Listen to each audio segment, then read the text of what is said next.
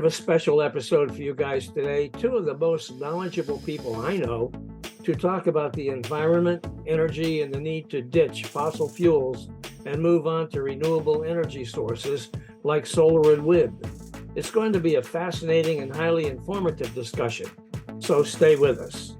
Welcome to Lean to the Left, home of no-holds-barred commentary, plus interviews with fascinating people. Some of them top experts, others simply with interesting stories to tell. You'll never know who'll show up at Lean to the Left. Now here's your host, Bob Gatty. With us today are environmental activists Maya Van Rossum and Jack Kerfoot, who will discuss climate change and fossil fuels. Maya is the Delaware River keeper with responsibility for preserving the environmental integrity of the Delaware River. She's founder of the nonprofit Green Amendment for the Generations and author of the book, The Green Amendment, Securing Our Right to a Healthy Environment.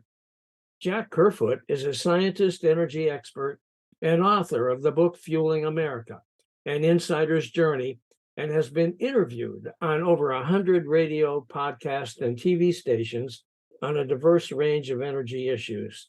Both have previously appeared individually as guests on the Lean to the Left podcast, and now I'm so pleased to bring them together for this discussion.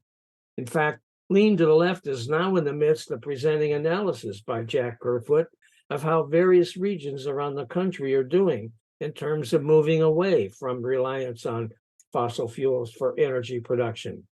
Two of those episodes, covering 4 northeastern and 5 midwestern states, are now streaming, with a new episode focused on the Southwest scheduled for August 28th and then the Northwest on September 18th.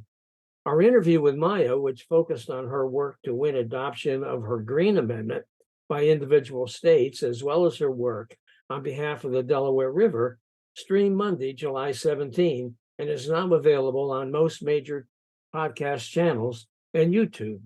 So welcome, Maya. Welcome, Jack. Looking forward to today's discussion. Pleasure to be here, Bob, and Maya. I look forward to this discussion as well.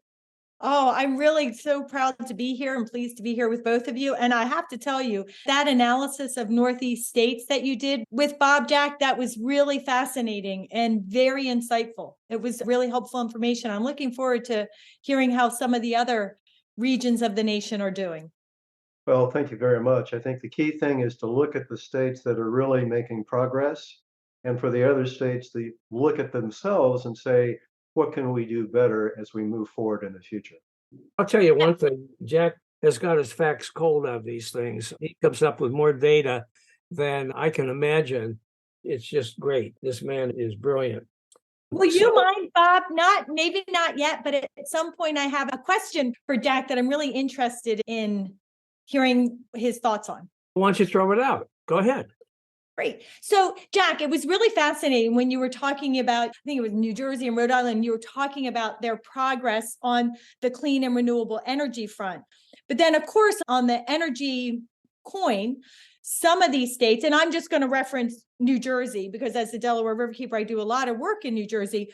While Governor Murphy is doing some good things on clean energy, he's also doing some bad things on fossil fuels, very proactively advancing a dirty fossil fuel LNG export facility. And I was just wondering, like, when you think about how you're analyzing the progress of states in terms of clean and renewable energy, how do you factor into or process, or perhaps you don't because it's a different conversation, what they're doing on the fossil fuel front, just generically? You don't have to talk about New Jersey. I was just interested in that. Yeah, let's start with President Biden. He's really targeted the 3 primary sources of greenhouse gas emissions.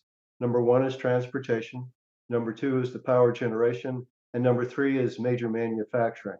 That accounts for about 76% of the nation's greenhouse gas emissions.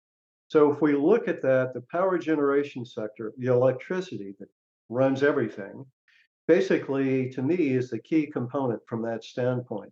As we move to, and I think we'll be moving there much faster than most people realize, to electric vehicles, it is imperative that we have a green grid as quickly as possible, all right, from that standpoint.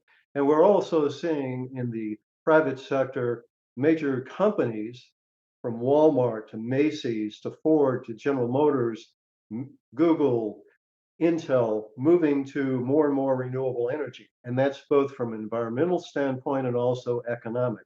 So we have to realize that the move to the top three areas of greenhouse gas emissions are occurring right now. And some of the biggest concerns I have are the barriers that states have in place, whether it's land access laws or in the case of offshore wind. What Governor Murphy has done is fast track permitting processes to allow them to bring the cables from the offshore wind turbines, wind farms, in through the beach and into the power grid, bringing the power grid companies, the utilities together, and also the local communities as they bring in the power grid lines into the grid. So from that standpoint, wind farm developers that said these step by step, not cutting environmental actions whatsoever, because we still have to go through a federal screening process as well, but has cut off 3 to 5 years in a first time delivery of wind energy in their projects off the coast of New Jersey. That hasn't happened in states like Massachusetts, Connecticut, or even Rhode Island from that standpoint. He's also developed a wind energy hub for the development of these wind turbines. They have to be assembled before they're towed offshore. And they have also done steps about looking at ways to get long, major high power transmission lines located in key parts of the state. So it allows new solar and wind projects to be tied in an expeditious manner. So from that standpoint, in my mind, he's done a major job and he's kept the greenhouse gas emissions continue to follow. And so right now they're about 38% of their electricity is from fossil fuels, but he believes they'll be able to achieve zero carbon electricity or zero fossil fuel electricity by 2030. Now that to me is spectacular compared to the other states in the region up there. And the reason I look at it regionally is we have to realize renewable energy resources vary, just like our climate does, from Maine to California. And so in the Northeast, you may have offshore wind, you may have access to hydro, you may not have as much solar.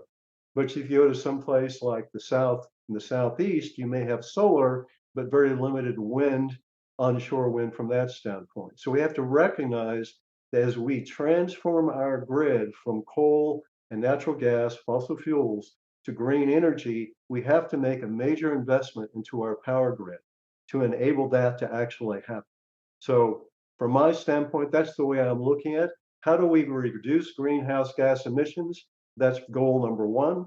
And I think we all need to come together and say, yes, it may not be perfect in New Jersey, but they are making progress. And if my number one goal is to reduce greenhouse gas emissions by 2030 to keep us below 1.5 degrees Celsius increase, then we've made major successes.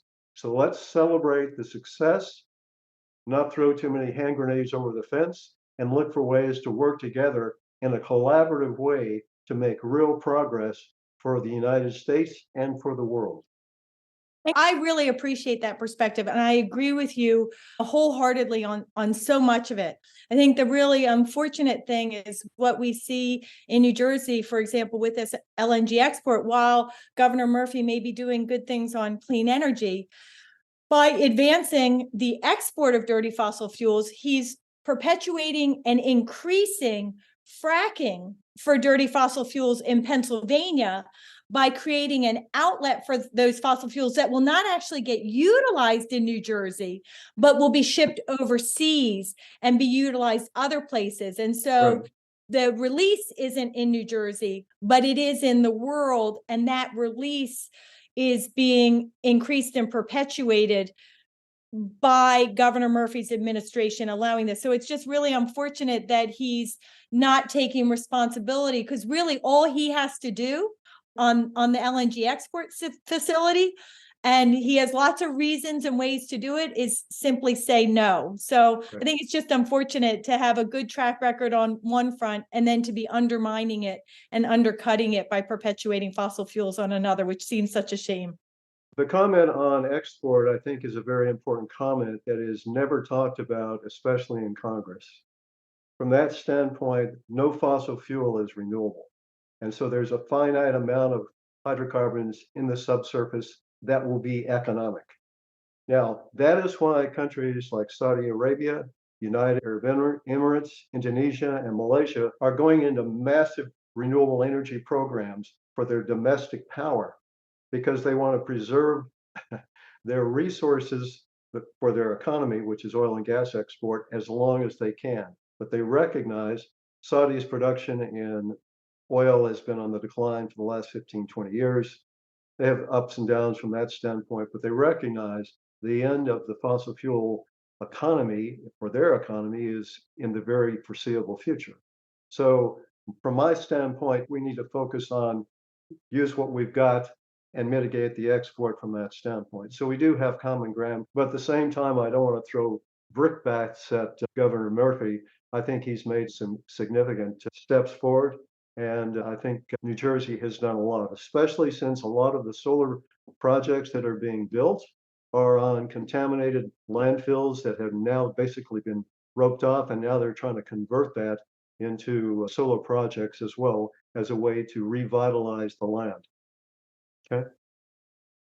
All right. Does that give you what you wanted, Maya? Yeah, I just really wanted to have that interesting conversation, and I think that was helpful. Sorry, Bob, to No, comment, but it was fascinating. no reason to apologize. Now, I have a more general question for you guys. This past June, the Southwest experienced excessive heat, resulting in multiple deaths. Is this heat wave an example of climate change, and what will the global impact be of climate change? Who wants to answer?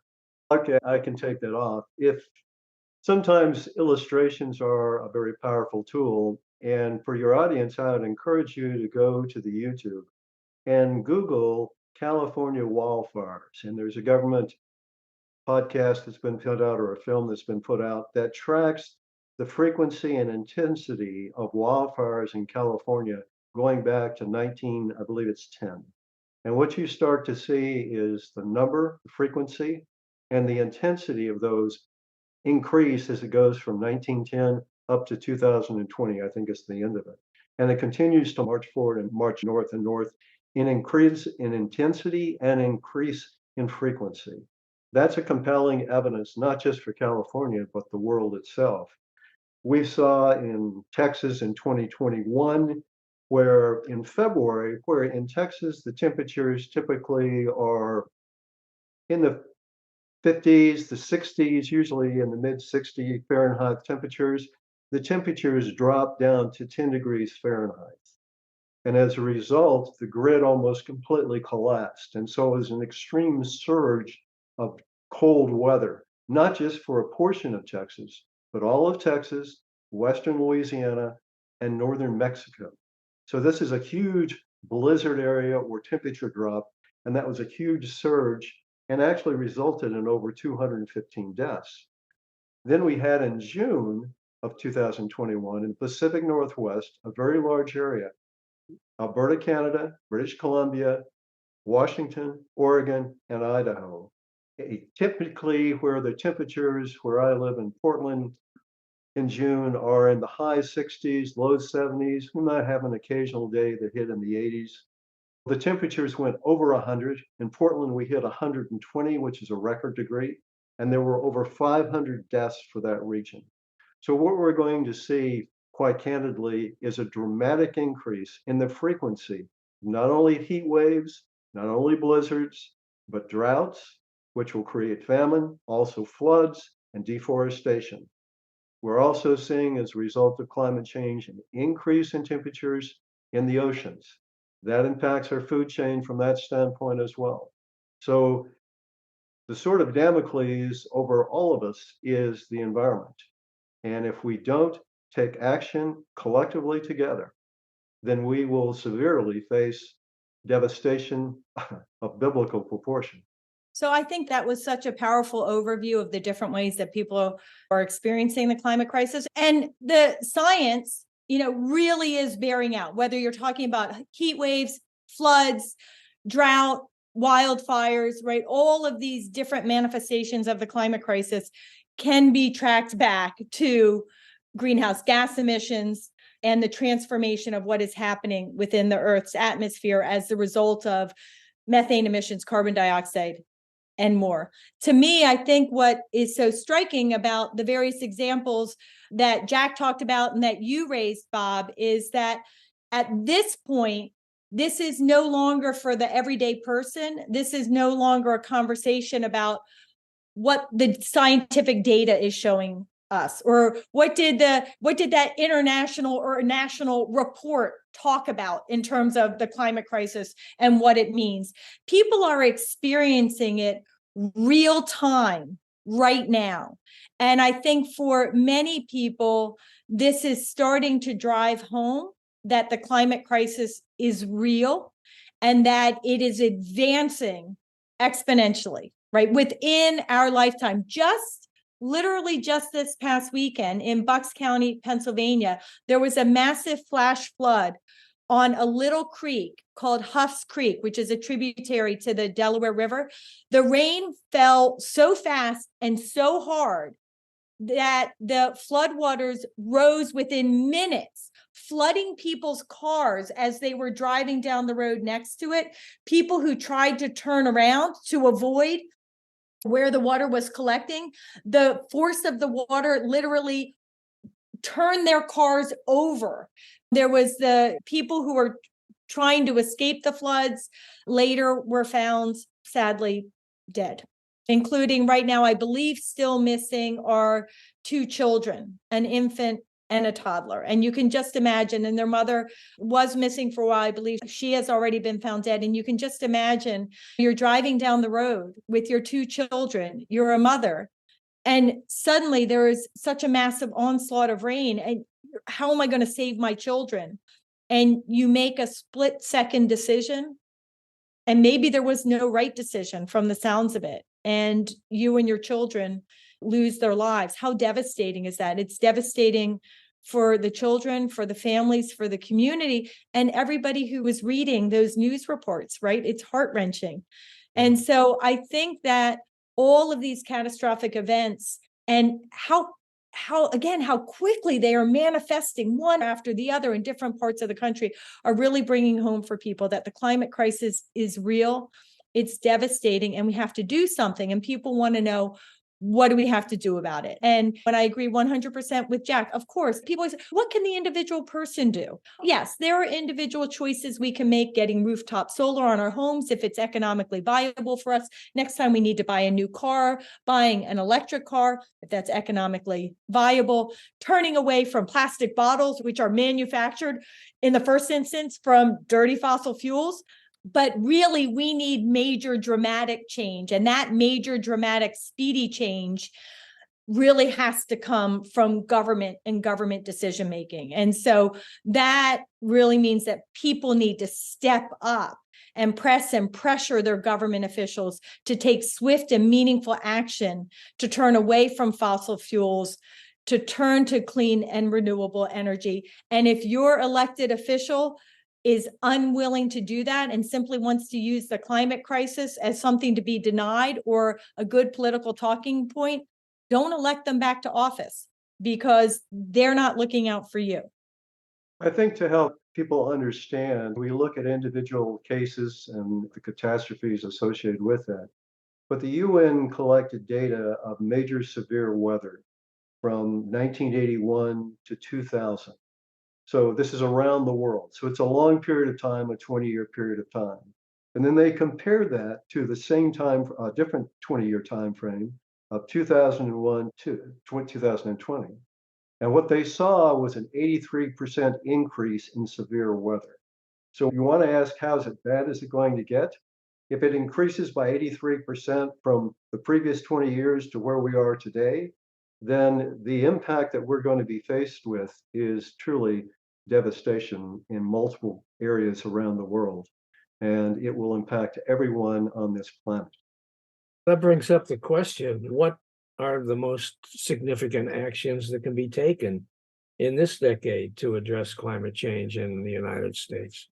I'm going to say I think that Jack has talked about it. Right? We really need to do this transformation into clean and renewable energy sources. And the international community and scientists have been very clear when it comes to dirty fossil fuels, which is the major source of continuing and growing climate changing emissions. We have got to keep those fossil fuels in the ground. We have got to start that transition to clean and renewable energy right now, today. We can't, here in the Commonwealth of Pennsylvania and New Jersey and the Delaware River watershed, but particularly in Pennsylvania, where drilling and fracking operations are happening, we at the Delaware Riverkeeper Network have been advocating to Pennsylvania government officials, stop issuing new permits for new wells to be drilled. Number one, right? Put an end to that. And number two, and then as the current sites are drilled dry, let them go drill dry and go fallow and properly plug those wells, because in Pennsylvania, abandoned wells is a major source of climate changing emissions, right? Those industries ended their fracking and walked away, and the rest of us, the world, is left with the ravages of the ongoing climate changing emissions. But the other thing is they have to start doing in Pennsylvania what Jack has been talking about from these other states, is meaningfully advance clean and renewable energy, put in place those incentives, those economic incentives and policies that will lift up the clean and renewable energy pathway and make it more viable for companies to follow. Create those economic incentives so people can put rooftop solar. For many people, right, doing that upfront investment, while you might get your money back from rooftop solar over a period of 10, 20 years, it's that upfront cost that's a problem. But government can incentivize and support the creation and perpetuation of rooftop solar by literally handing out the money to let people do that. There are so many ways through policies, through modifications to regulations, through economic assistance and incentives that states like Pennsylvania can do this transformation to clean and renewable energy. But they are choosing not to. They are choosing to remain all in on fossil fuels for the short-term profit and political gain it is giving to the government officials in the Commonwealth of Pennsylvania, whether they're Republican or Democrat. We are not seeing a big difference, and that's part of the problem.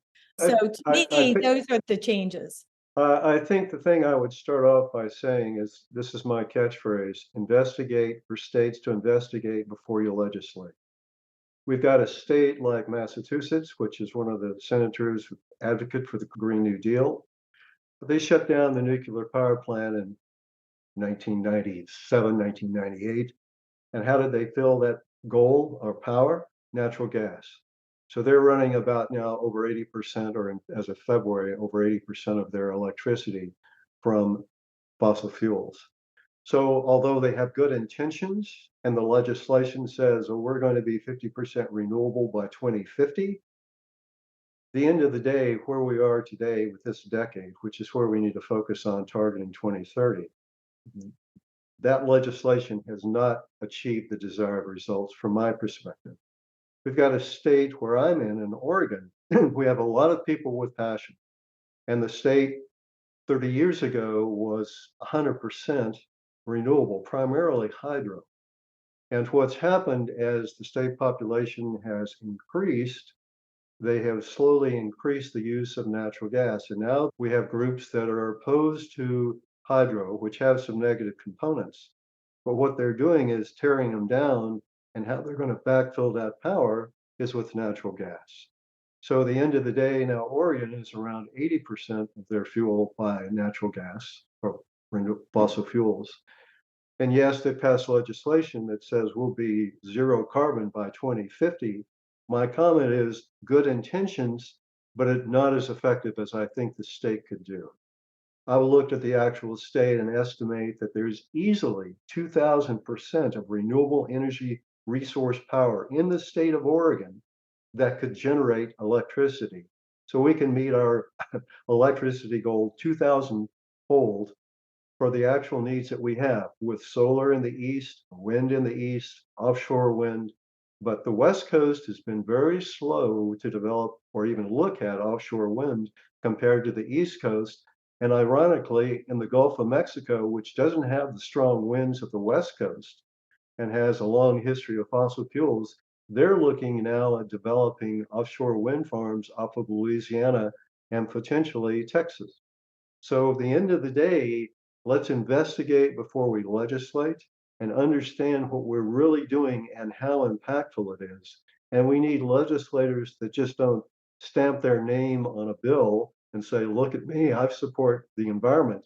But they have to continue to champion renewable energy and reduction of greenhouse gas emissions as long as they are sitting as an elected official for the state or the federal government. We have to stop for a quick break here, but I'll be right back with some more with Maya Van Rossum and Jack Kerfoot about renewable energy and climate change. And can I just add, Bob, because I love Jack's thing about investigate before you legislate. And don't just roll over and accept the next assertion of what's the next good idea that's put before you. And what we are seeing in many places and spaces and states right now is a proactive effort by industry, supported by politicians, their friends in the political seats of power, to characterize energy sources that are dependent on dirty fossil fuels as clean and renewable energy. Hydrogen hubs are a big example of that. Right now, we are hearing all over the place, hydrogen hubs, hydrogen, we're going to have hydrogen's going to create clean energy. The fact of the matter is the reason why industry is so behind most of these hydrogen hubs, which have not been demonstrated, frankly, worldwide as a successful way to make the kind of power that we need, but that the operations, those hydrogen hub operations, for the most part, are fueled by fracked gas, by dirty fossil fuels. So they're just like fracked gas was characterized as a bridge fuel and as being better than coal. And when that option was actually investigated, it was demonstrated that natural gas fracked from the geology using that fracking technology was as bad as, if not worse than, coal and other energy sources. We're seeing, but people heard bridge fuel, it's better where at the little blue flame where you burn it, but not when you look at the life cycle. People are remaking that same mistake. Politicians are hearing hydrogen's good. They're not looking deeper into what is the source of the energy for the majority of the hydrogen projects that are being advanced. What is the demonstration of success?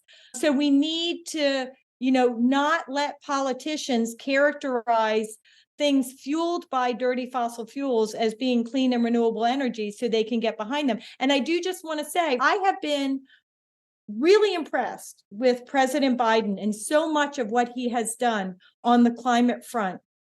But I am so disappointed that on this idea of hydrogen hubs and throwing gobs and gobs of money at this other alternative industry that in significant part is just about perpetuating more dirty fossil fuels. I've been so disappointed that he has not listened to the experts in the field, looked at the science, looked at the reality, and said, this is not a true climate changing investment. We should take those dollars and put them in wind, solar, and other pathways. I think we have to realize that there's two types of hydrogen. There's the purple hydrogen, which is from thermal heating from coal, oil, or natural gas. And then there is from solar, primarily solar, but also wind.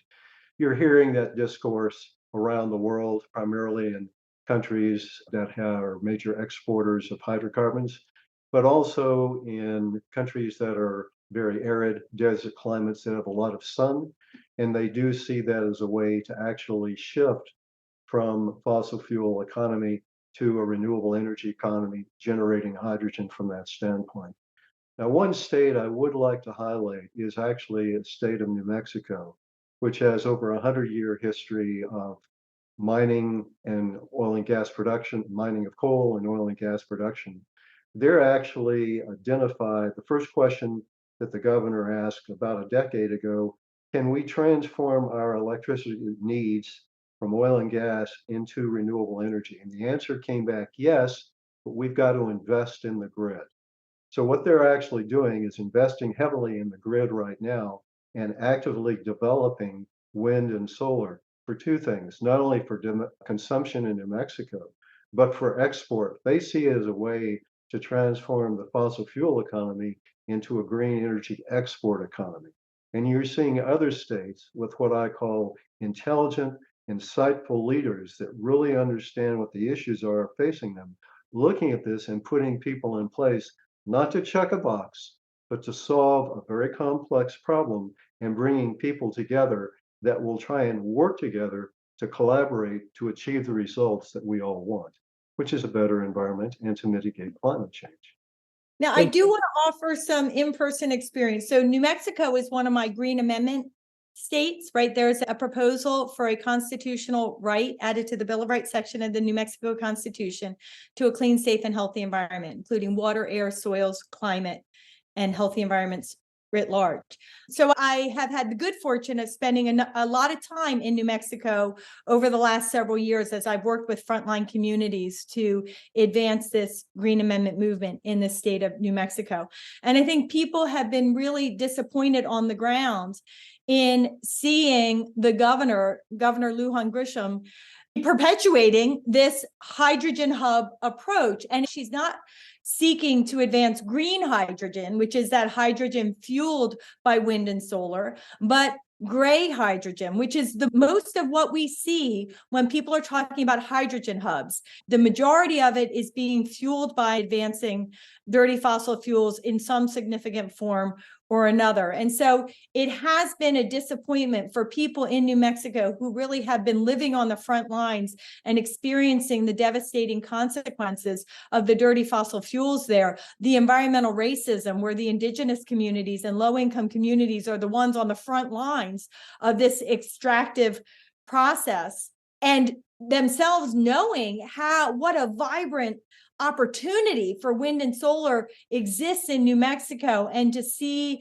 the governor have as a major cornerstone of her quote unquote clean energy proposal be dirty hydrogen hubs has been a real disappointment to people. And more than that, the governor proposed the hydrogen hub.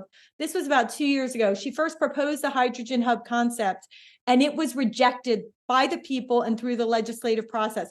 She then re-proposed it instantaneously multiple more times. Every time it got defeated, and the ramification of her pressing to advance the hydrogen hub concept that was going to have such significant consequences was that other good opportunities, whether it was about clean and renewable energy for real, or whether it was about other critical environmental protections that the people of New Mexico had been seeking, those opportunities all got sidelined because the legislative process in New Mexico. I appreciate your perspective. The legislative. Wait a second, Jack. Let me finish my point, please. I did listen to you. I've listened to you, so please.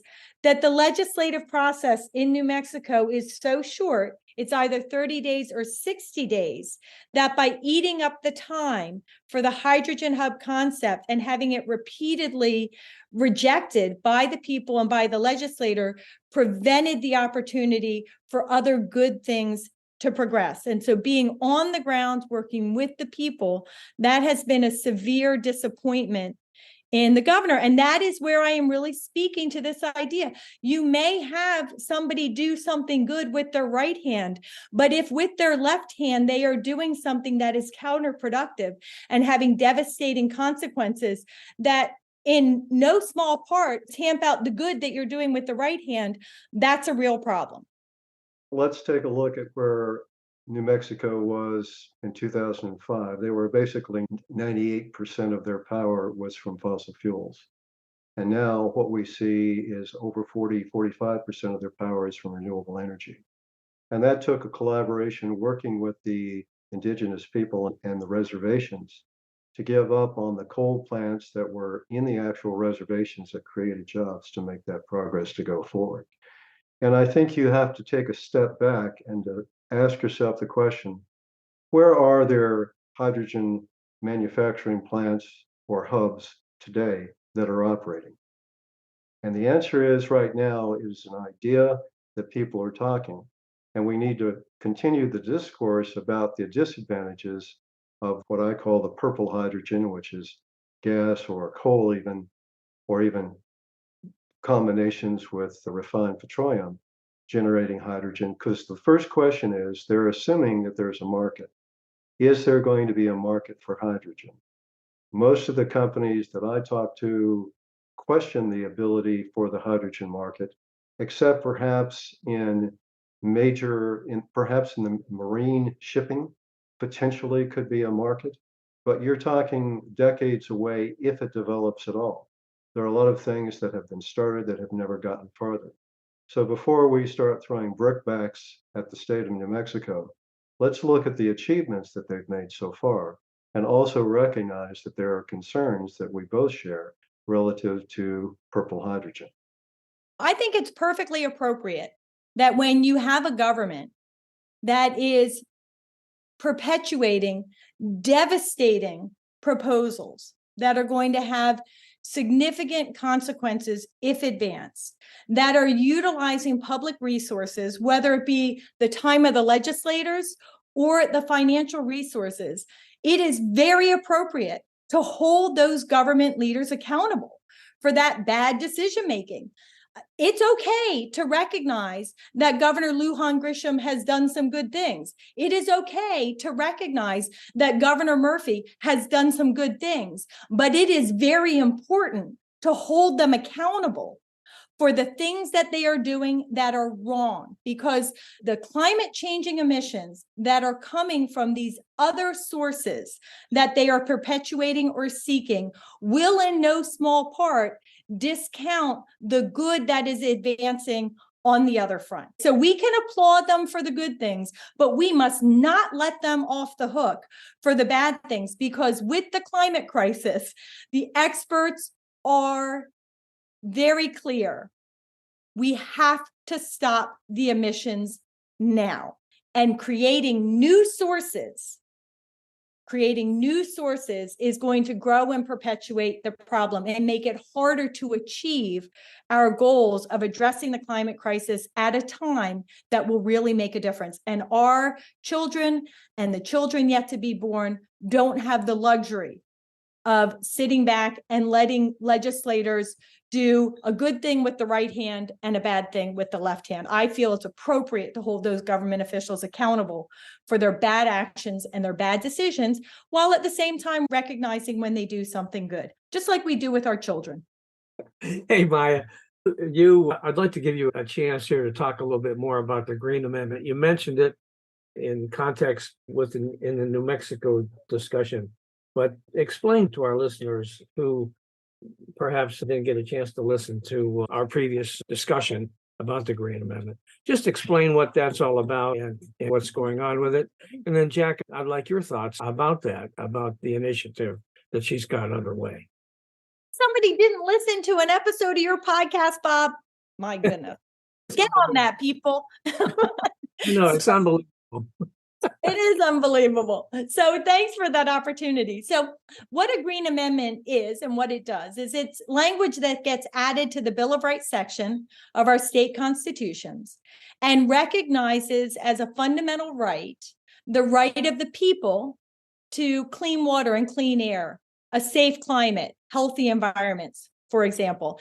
And by placing this language in the Bill of Rights or the Declaration of Rights section of our Constitution, where we place all of those other fundamental rights we hold dear, and by using a carefully crafted language, we literally lift up environmental rights so they are given the same constitutional standing recognition and protection as those other fundamental rights, things like the right to free speech and freedom of religion, private property rights. We all know how powerfully they're protected because they are given that highest constitutional standing. That same protection now comes to bear for the environment. And ultimately, we want to get this kind of constitutional entitlement in the federal constitution because the states have a lot of power when it comes to environmental protection.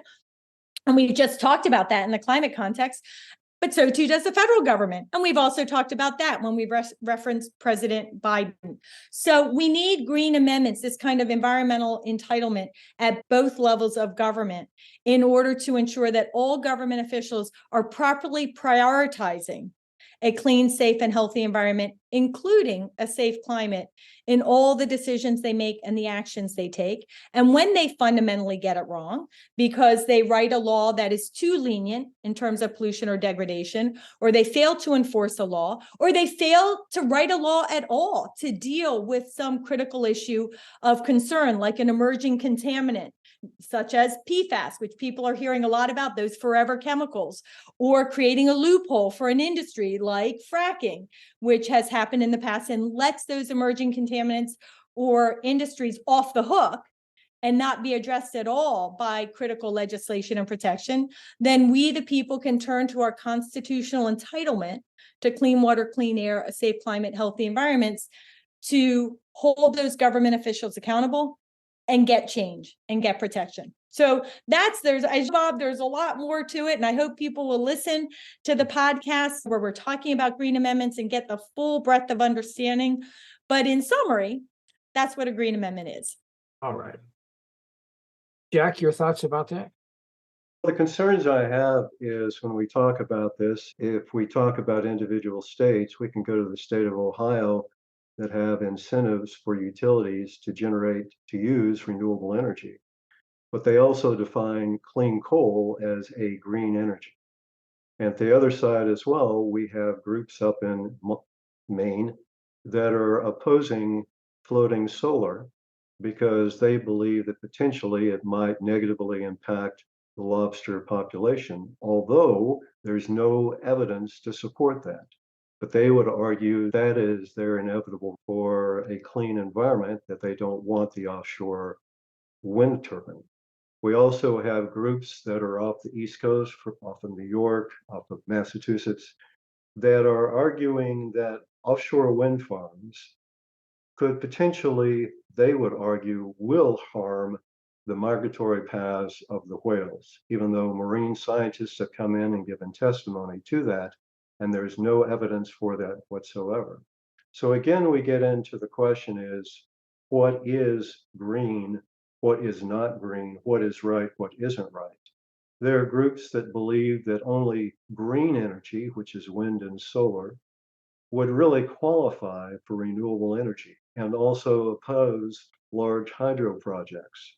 There are also those that oppose geothermal from that standpoint as well. So the question is, how do we work together in a way to achieve a common good in a timely manner? If we focus on trying to make dramatic changes and reduce greenhouse gas emissions for this decade, 6.5 years left as the clock is ticking, and we're trying to reduce the impact and get our temperatures below that 1.5 degrees Celsius, then we need to look for ways to work together with all the different groups that are there and recognize that we need to focus on this. I would say the priority shouldn't necessarily be states, let's say like Iowa or South Dakota, that are already 80% renewable energy. Our focus should be on states that have 60, 70% or more or 80% more that are fossil fuels, whether it be Missouri, whether it be Massachusetts, whatever those states are. The question is, how do we dramatically drop greenhouse gas emissions? Part of that is how we use them.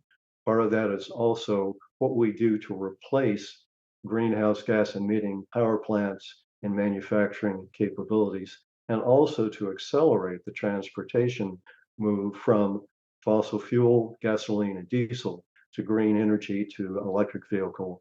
We have to realize that companies like BMW, Porsche, Volvo, General Motors, Ford have all said they are going to stop making combustion engine vehicles somewhere between 2030 and 2040.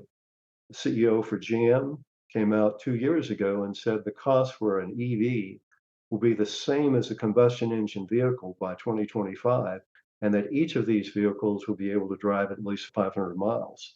If we want to put a government focus with incentives, I would say on the battery technology, because right now the biggest impediment to EVs, the move to EVs, is the availability of the charging station and the charging time. There are prototypes out there right now that can get a full charge on an electric vehicle battery in less than 10 minutes. In fact, closer to 5 minutes. And when that happens, that's when you're going to start seeing the gas stations of the US become like fueling stations in Europe with charging stations. You have to realize these fueling stations do not make their money from the sale of hydrocarbons. 85 to 90% of their revenue is actually from the sale of soft drinks and munchies and cigarettes and lottery tickets. So they want you in there to plug it in, whether it's a gas pump or a charger into your EV. They just want you inside to really purchase stuff that gives them the money from that standpoint. So I think that we're in 2 to 3 years from the beginning of a major wave of moves to electric vehicles. The operating cost for an electric vehicle is significantly cheaper, $300 or $400 cheaper per year than a combustion engine vehicle. As far as costs are concerned, I get 3.3 miles per 1 kilowatt hour. So think of it this way, I can drive 33 miles or more on about $1.10. So you can see the actual fuel cost is significantly less. So from that standpoint, the reason the automobile industry is anticipating the end of the combustion engine vehicle is, quite candidly, I think no one would want to spend more money on a vehicle if they can get an electric as opposed to a combustion engine vehicle. We need to stop the false fake news out there about exploding electric vehicles, and we need to recognize that there are far more percentage-wise car fires than there are incidents with electric vehicle, and to accelerate the move as best we can as a nation to move to electric transportation. So if we can green the grid, if we can become an electric vehicle dominated country and also green our manufacturing, then we will be able to easily meet our Paris commitment of greenhouse gas reductions and hopefully exceed that. So that's one of the beauties, Bob, of the Green Amendment is all these different facets of advancing truly clean and renewable energy, right? And all these good things, they all get benefited by having a Green Amendment and this constitutional right of the people to a clean, safe, and healthy environment, including climate. The accusation by industrial wind that Green Amendments are problematic for advancing wind projects is just a false narrative. We have Green Amendments in 3 states, New York, Pennsylvania, and Montana. They have not been utilized to stop good, clean, renewable energy projects. To the extent that you see them get used in the energy context, it has to do with dirty fossil fuels. Actually, the Green Amendment does exactly the opposite. All of these good government initiatives to advance good, clean, renewable energy projects, whether we're talking about wind, solar, electrification, all those good things, they all get supported by the Green Amendment. They ensure that the government is looking at the full wealth of ramifications of a project, because not all projects are created equal. A solar array that wants to cut down hundreds of acres of forest is not the same as a solar array that could be planted on a brownfield, like Jack talked about earlier. And we want to make sure that our government officials are being mindful of those differences. If there is a legal challenge against a good, clean, renewable energy project based on a false or flawed claim of environmental harm, then actually the government can rely upon the Green Amendment and their obligation to protect natural resources and environmental rights to fend off those inappropriate legal challenges by simply showing that they did the analysis to demonstrate that these projects were in fact environmentally beneficial. And in the final analysis, if the facts and the science do demonstrate that a significant clean and renewable energy project might have serious and significant environmental ramifications and concerns, that does not mean that a Green Amendment puts a stop to that project.